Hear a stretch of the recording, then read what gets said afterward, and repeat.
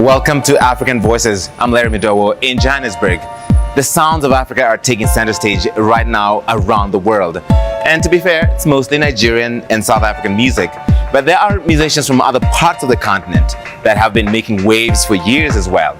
Take the Afropop singer Eddy Kenzo. He's the first Ugandan nominated for a Grammy, and I caught up with him recently in Kampala to talk about his career and how he's making space for Ugandan music on the global stage. Music got me out of the street. For me, I've always knew that I'll make it in music because I could feel the creativity in it.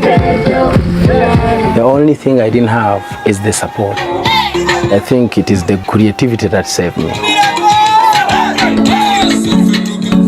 Hey people, this is Eddy Kenzo, born and raised in Uganda. I'm an artist. I've made hits both rock and international, and I'm a change maker.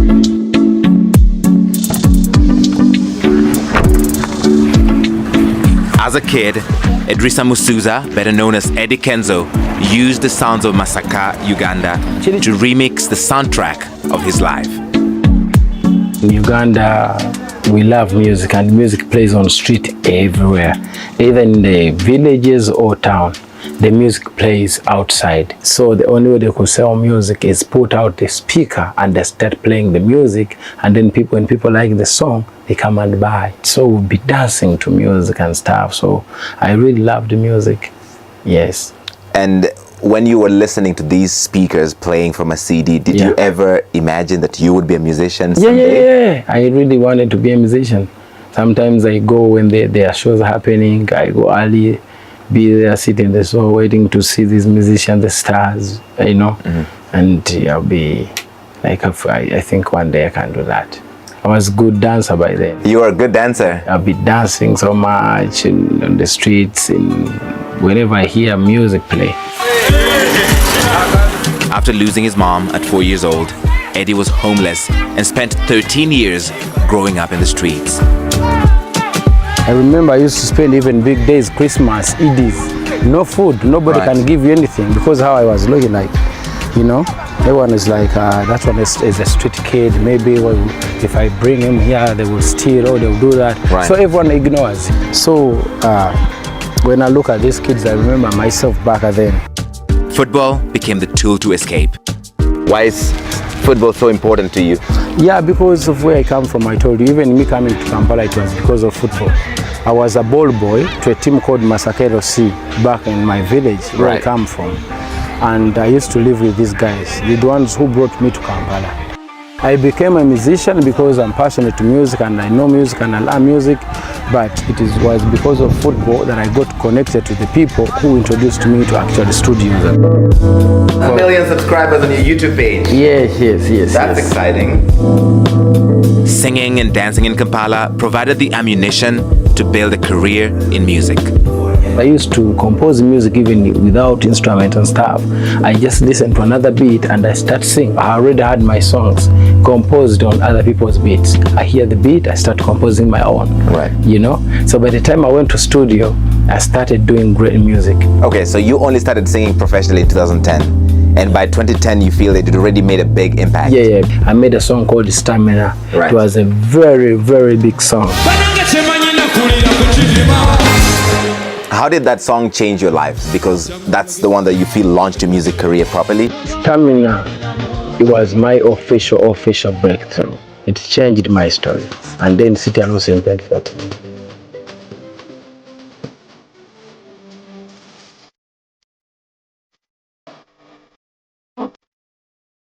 City Loss catapulted his career from a local celebrity to an international star.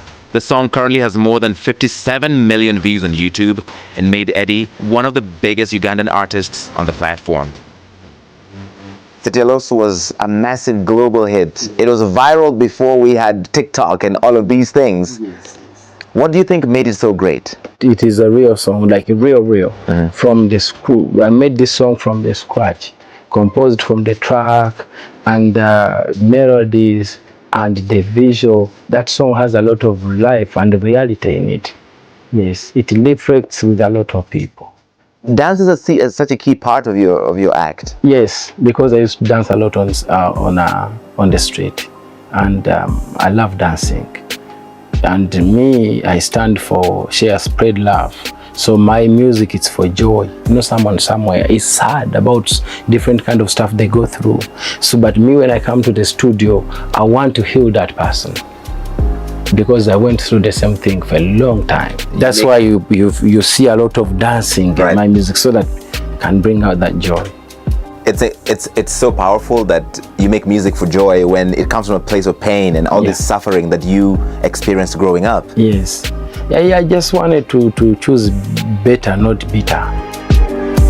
Eddy's unique sound earned him a BET Viewer's Choice Best New International Artist Award in 2015. Give me love, give me love, give me love. In 2022, he landed a Grammy nomination for the song Gimme Love, with American artist Matt B making him the first Ugandan to receive that honor.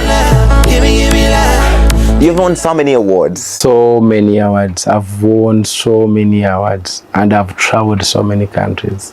I've performed even in South America, in Colombia. Right. You know, Japan, China. I've been to Australia, everywhere, my man.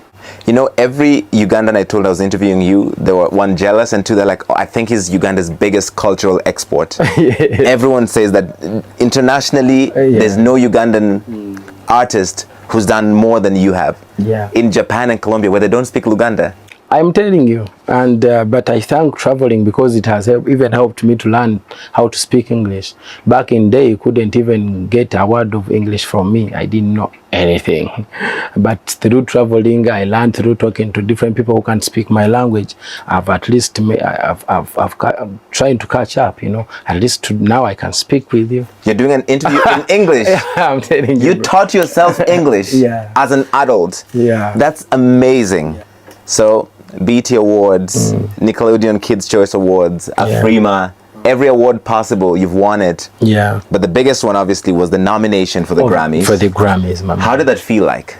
Bro, when you go back and see that video, I could not believe. Give me love. I can't even imagine how I felt, even right now. Me, if I start telling where I come from, what I've gone through as a child who did not have anyone to take care of me. At that young age, I was the boss of my own life. Sleep where I want, to eat whatever I want, to do whatever I want. Today, to be here, to be in the Grammys, I cried the whole show. Give me love, give me love, give me love, give me love, give me love, give me love. Next, Eddy Kenzo discusses the influence of Uganda's sound on Afrobeats music.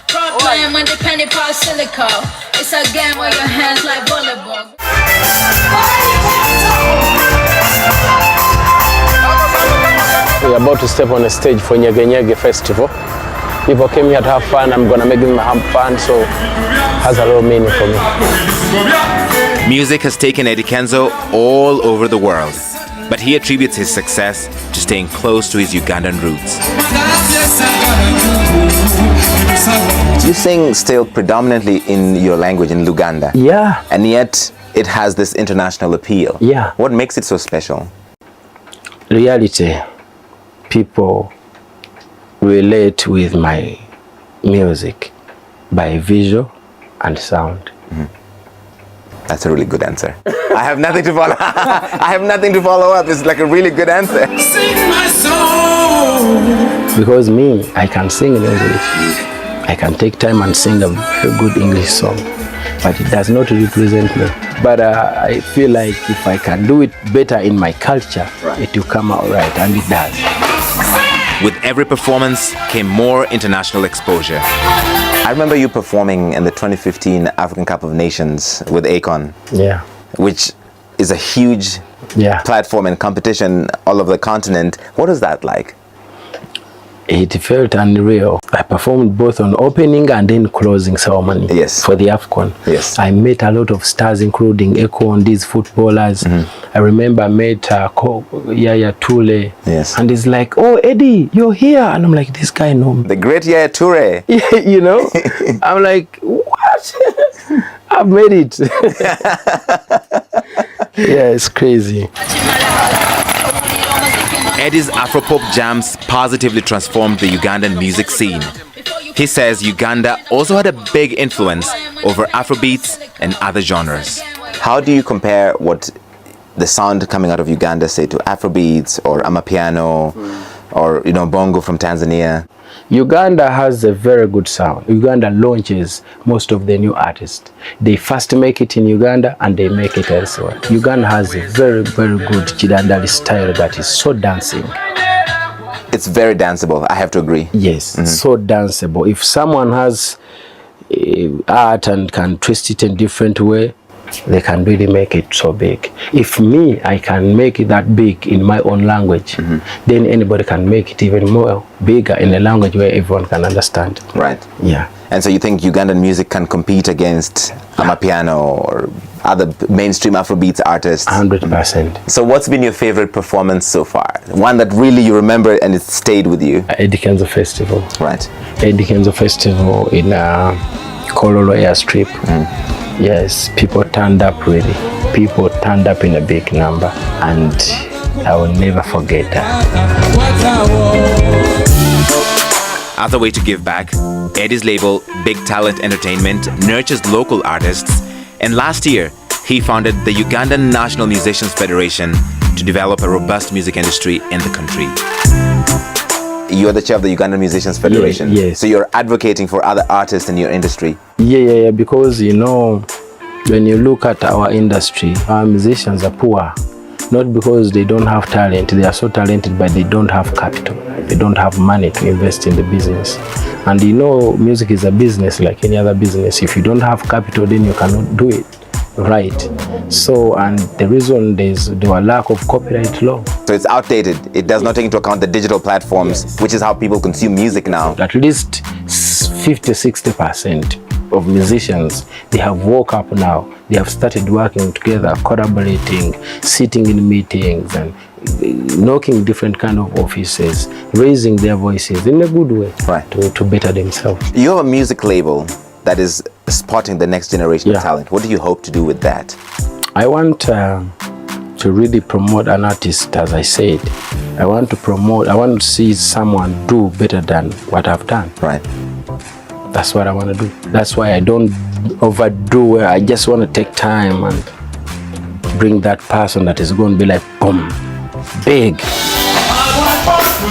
Next, Kenzo fills up on who he'd pick for his dream collaborator.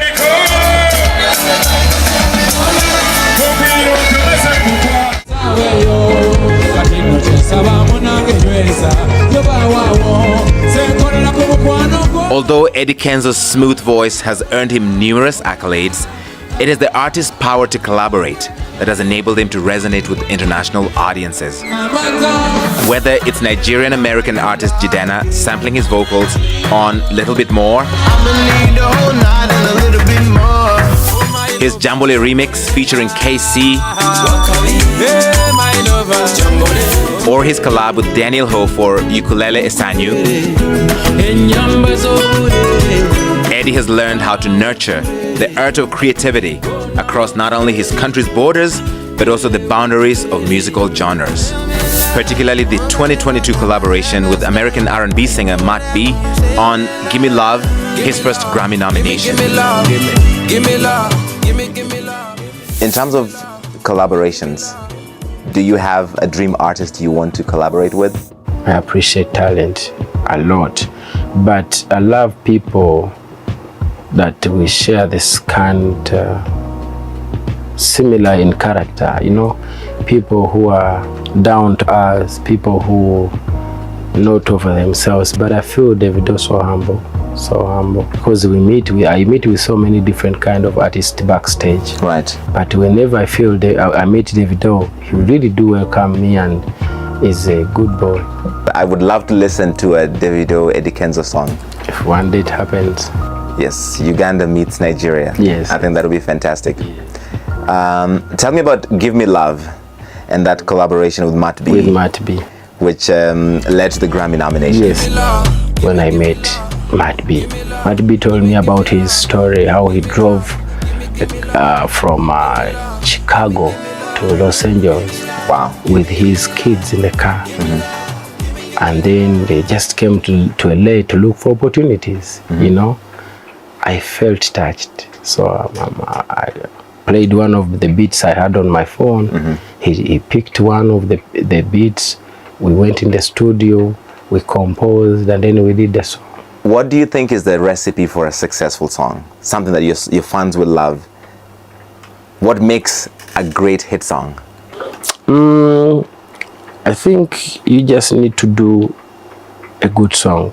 Me, I just do good music because I know how good music feels like. Right. That I'm 100% sure I know what a good song is. And when I'm composing, I relate to people's lives. I ask this to all the musicians we have on the show. Do you now worry about your song going viral? If it is not on TikTok, then maybe people won't find it.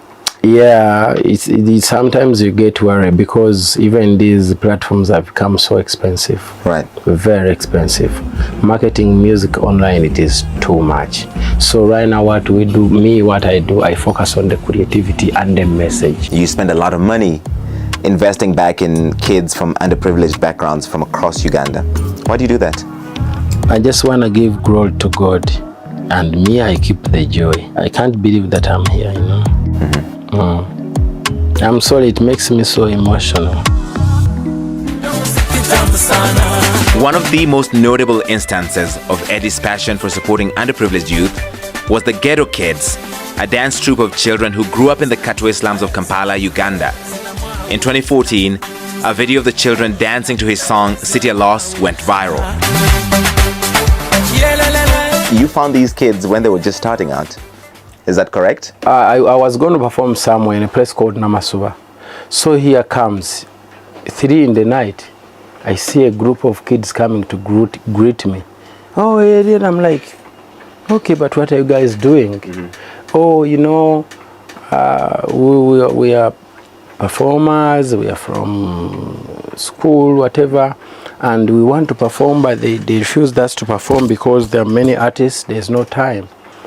And I'm like, no. I called one of the organizers. I said, these kids are here in the night. First and foremost, they are not supposed to be out. But if they are out here, not because they want, it's because there's a problem. I was touched, and I like, no, please put them on a stage. Let them perform at least, and then go back home. And then when they started dancing, I was like, you know, man, these kids need help. How do I help? So that's when I came up with an idea of City of Loss. So I thought about them because we are from the same hood here. When you look at that video, there is a unique dance they did. You know, I told him to do that, but to add in their more creativity. Right. So we went to the other side, and I directed that video. In fact, there were 2 takes. I did 1 take, I kept it, I shot another take, and I posted that 1 take. Eddy's move to feature the Ghetto Kids in his City of Loss music video helped launch them into global stardom. Using music produced by him, the kids went on to tour across the UK and Africa. They even appeared in French Montana's unforgettable music video.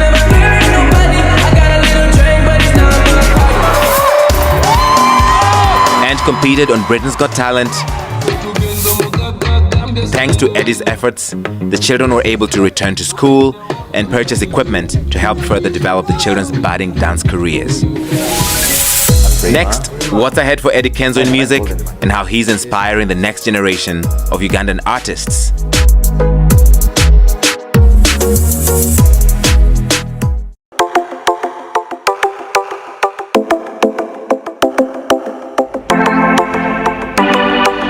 This is Masakali Creation Ground. This place is so special to me. It changed my story. One thing that has stayed true throughout Eddy Kenzo's career is philanthropy and dedication to making a positive impact in his community. He started the Eddy Kenzo Foundation in 2015, raising funds to support nursing mothers, Ugandan children living with HIV, and other causes. It's a game of speed. But for Eddy, his most impactful investment has been in the Big Talent Soccer Academy, which helps guide local talent by offering education and life skills. We went and saw the Big Talent Soccer Academy, the many kids you have supported who would have no opportunity at all? Is it because it reflects the kind of life you also lived? Of course, because I went through a lot, and when I look at these kids with talent, and because me, if someone supported me when I'm young, I didn't have that chance. I feel like I should solve that problem. And there are, you said 80 kids? Yeah, there. right now we have like 80, all groups from 7 to 18. So this is where some of these kids live? Yeah. Are they here throughout the holidays? Yes, every holiday. When school starts, they go back to school, because I got them a school, right? Vision for Africa. They gave us scholarship. What you have accomplished is just remarkable. It's truly outstanding. Yeah. And that you haven't spent your life into proving and getting the things you didn't have as a child, that you're spending so much of your money back in supporting other kids. Yeah, I know what they are going through. I know what exactly they are going through, because I've been in the same. That's why I support more musicians, dancers, and then soccer, because I know what they feel. I know that feeling. That sometimes they become so desperate and start doing weird things. What are your dreams? What do you still hope to achieve? Hey, my brother. That came from a deep place. Yeah.